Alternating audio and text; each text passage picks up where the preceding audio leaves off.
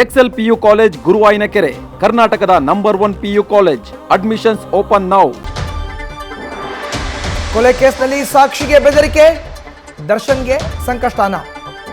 ಬೆದರಿಕೆ ಹಿಂದೆ ಯಾರ ನಿರ್ದೇಶನವಿತ್ತು ಎಂಬುದರ ಬಗ್ಗೆ ತನಿಖೆ ಈಗ ಆರಂಭ ಆಗಿದೆ. ಕೃತ್ಯದ ಹಿಂದೆ ಯಾವ ಸಂಚು ಇದೆ ಅಂತ ಪರಿಶೀಲನೆ ಮಾಡಲಾಗ್ತಾ ಇದೆ. ಕೊಲೆ ಕೇಸ್ ತನಿಖೆ ಮೇಲೆ ಇದರ ಪರಿಣಾಮ ಹೇಗಿರುತ್ತೆ? ಸಾಕ್ಷಿ ಬೆದರಿಕೆ ಕೊಲೆ ಕೇಸ್ನಿಂದ ಪ್ರತ್ಯೇಕ ಅಪರಾಧ. ಈಗ ಸಾಕ್ಷಿಗಳಿಗೆ ಬೆದರಿಕೆ ಹಾಕೋದು ಕೂಡ ಅಪರಾಧನೇ. ಕೊಲೆ ಕೇಸ್ ಪ್ರತ್ಯೇಕ, ಸಾಕ್ಷಿಗೆ ಬೆದರಿಕೆ ಹಾಕೋದು ಪ್ರತ್ಯೇಕ. ಸಾಕ್ಷಿದಾರನ ಮೇಲೆ ಪ್ರಭಾವ ಬೀರಲು ಯತ್ನ ಅಂತ ವಾದ.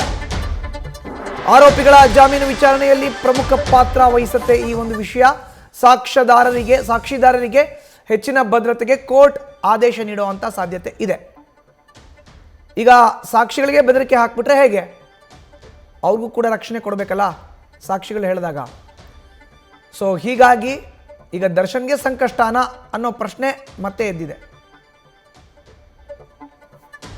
ಹೆಚ್ಚಿನ ಮಾಹಿತಿ ನೀಡ್ತಾರೆ ನಮ್ಮ ಪ್ರತಿನಿಧಿ ಸಂದೇಶ್ ದೂರವಾಣಿ ಸಂಪರ್ಕಕ್ಕೆ ಸಿಕ್ಕಿದ್ದಾರೆ. ಸಂದೇಶ್, ನೋಡಿ, ಈಗ ರೇಣುಕಾಸ್ವಾಮಿ ಕೊಲೆ ಪ್ರಕರಣದಲ್ಲಿ ಜೈಲ್ ಪಾಲಾಗಿರೋ ಅಂತ ದರ್ಶನ್ ಅವ್ರದ್ದು ಒಂದು ಕಡೆ ಪ್ರಕರಣ ಆದರೆ, ಈ ಹಿಂದೆ ಕೂಡ ಸಾಲು ಪ್ರಕರಣಗಳು ನಡೆದಿದೆ ರಾಜ್ಯದಲ್ಲಿ.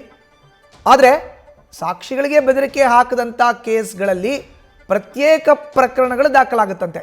ಅದರ ಬಗ್ಗೆ ಒಂದಷ್ಟು ಉದಾಹರಣೆ ಸಮೇತ ವಿವರಣೆಯನ್ನು ನೀಡೋದಾದ್ರೆ.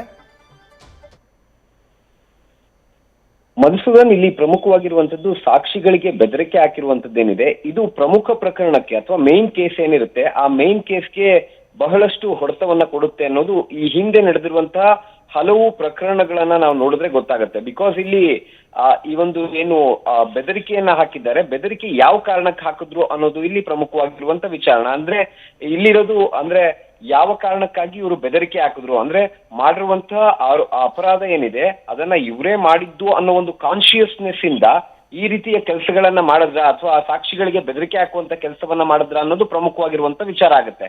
ಆದ್ರೆ ಇಲ್ಲಿ ಪ್ರಮುಖವಾಗಿರುವಂತದ್ದು ದರ್ಶನ್ ಜಾಮೀನು ವಿಚಾರಕ್ಕೆ ಸಂಬಂಧಪಟ್ಟಂತೆ ಸಾಕಷ್ಟು ಚರ್ಚೆಗಳು ಕೂಡ ಆಗ್ತಾ ಇದೆ. ಜೊತೆಗೆ ಈ ಹಿಂದೆ ಸುಪ್ರೀಂ ಕೋರ್ಟ್ಗೆ ರಿಟ್ ಅರ್ಜಿಯನ್ನ ಕೂಡ ಸಲ್ಲಿಕೆ ಮಾಡಲಾಗಿತ್ತು. ಆದ್ರೆ ಈ ಜಾಮೀನಿಗೆ ಸಂಬಂಧಪಟ್ಟಂತೆ ಈ ಒಂದು ಪ್ರಕರಣ ಏನಿದೆ ಅಂದ್ರೆ ಸಾಕ್ಷಿಗಳಿಗೆ ಬೆದರಿಕೆ ಹಾಕಿರುವಂತ ಪ್ರಕರಣ ಏನಿದೆ ಇದು ನಿಜಕ್ಕೂ ಕೂಡ ಗಂಭೀರವಾದ ಒಂದು ಸ್ವರೂಪವನ್ನ ಪಡೆದುಕೊಳ್ಳುತ್ತೆ. ಯಾಕಂದ್ರೆ ಈ ಜಾಮೀನನ್ನ ಮಂಜೂರು ಮಾಡುವಂತ ಸಂದರ್ಭದಲ್ಲಿ ಅಥವಾ ಜಾಮೀನಿನ ಅರ್ಜಿಯನ್ನ ಇನ್ನು 1 ವರ್ಷದ ಬಳಿಕ ಸಲ್ಲಿಕೆ ಮಾಡಿದಂತ ಸಂದರ್ಭದಲ್ಲಿ ಈ ಒಂದು ಪ್ರಕರಣ ಏನಿದೆ ಸಾಕ್ಷಿಗಳಿಗೆ ಬೆದರಿಕೆ ಹಾಕಿರುವಂತ ಪ್ರಕರಣ ಇದು ನಿಜಕ್ಕೂ ಕೂಡ ಎಫೆಕ್ಟ್ ಅನ್ನ ಕೊಡುತ್ತೆ.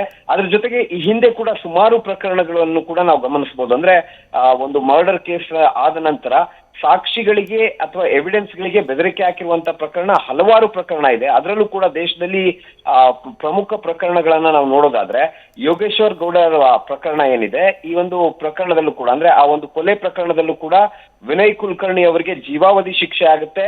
ಈ ಸಿಬಿಐ ತನಿಖೆಯನ್ನ ನಡೆಸುವಂತ ಸಂದರ್ಭದಲ್ಲಿ ಆಗಿರ್ಬೋದು ಅಥವಾ ಕೋರ್ಟ್ ನಲ್ಲಿ ಜನಪ್ರತಿನಿಧಿಗಳ ವಿಶೇಷ ನ್ಯಾಯಾಲಯದಲ್ಲಿ ಒಂದು ವಿಚಾರಣೆ ಏನ್ ನಡೀತಾ ಇತ್ತು ಆ ಸಂದರ್ಭದಲ್ಲೂ ಕೂಡ ಕೋರ್ಟ್ ಕಾರಿಡಾರ್ ನಲ್ಲೇ ಸಾಕ್ಷಿಗಳಿಗೆ ಬೆದರಿಕೆ ಹಾಕಿರುವಂತ ಆರೋಪಗಳು ಕೂಡ ಕೇಳಿಬಂದಿತ್ತು. ಈ ವಿಚಾರವನ್ನ ಸಿಬಿಐ ಅಧಿಕಾರಿಗಳು ಕೋರ್ಟ್ ಗಮನಕ್ಕೂ ಕೂಡ ತರುವಂತ ಕೆಲಸವನ್ನ ಮಾಡಿದ್ರು. ಅದಾದ ನಂತರ ವಿಚಾರಣೆಯನ್ನು ನಡೆಸಿ ಆರೋಪಿಗಳಿಗೆ ಅಂದ್ರೆ ವಿನಯ್ ಕುಲಕರ್ಣಿ ಸೇರಿದಂತೆ ಇನ್ನುಳಿದ ಆರೋಪಿಗಳಿಗೆ ಜೀವಾವಧಿ ಶಿಕ್ಷೆ ಕೂಡ ಆಗಿತ್ತು. ಜೊತೆಗೆ ಇಲ್ಲಿ ಮತ್ತೆ ಹಲವು ಪ್ರಕರಣಗಳು ಕೂಡ ಇದಾವೆ. ಅಂದ್ರೆ ಬೆಸ್ಟ್ ಬೇಕರಿ ಕೇಸ್ ಅನ್ನೋ ಒಂದು ಕೇಸ್ ಕೂಡ ಇದೆ.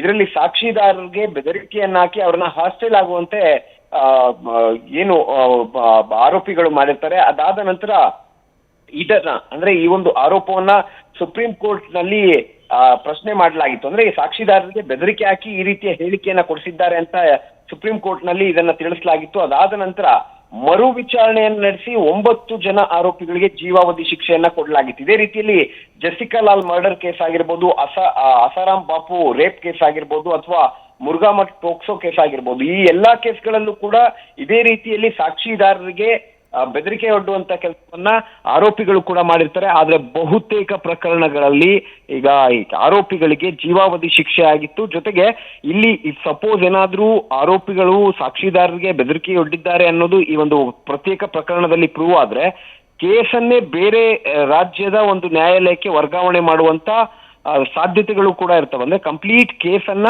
ಬೇರೆ ರಾಜ್ಯಕ್ಕೆ ವರ್ಗಾವಣೆ ಮಾಡಿ ಅಲ್ಲಿ ಟ್ರಯಲ್ ನಡೆಸುವಂತಹ ಚಾನ್ಸಸ್ಗಳು ಕೂಡ ಇರ್ತವೆ. ಹಾಗಾಗಿ ಇದು ತುಂಬಾ ಗಂಭೀರವಾದ ಪ್ರಕರಣ. ಸಾಕ್ಷಿದಾರರಿಗೆ ಬೆದರಿಕೆ ಹಾಕಿರುವಂತದ್ದೇನಿದೆ ಇದು ಗಂಭೀರವಾದ ಪ್ರಕರಣ.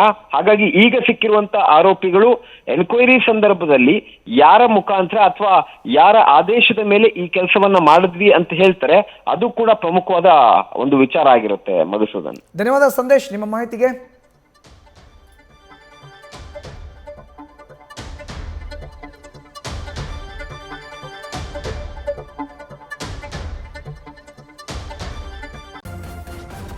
ನ್ಯೂಸ್ ಫಸ್ಟ್ ನಿರ್ಭೀತಿಯಿಂದ ನಿಮ್ಮ ಪರವಾಗಿ.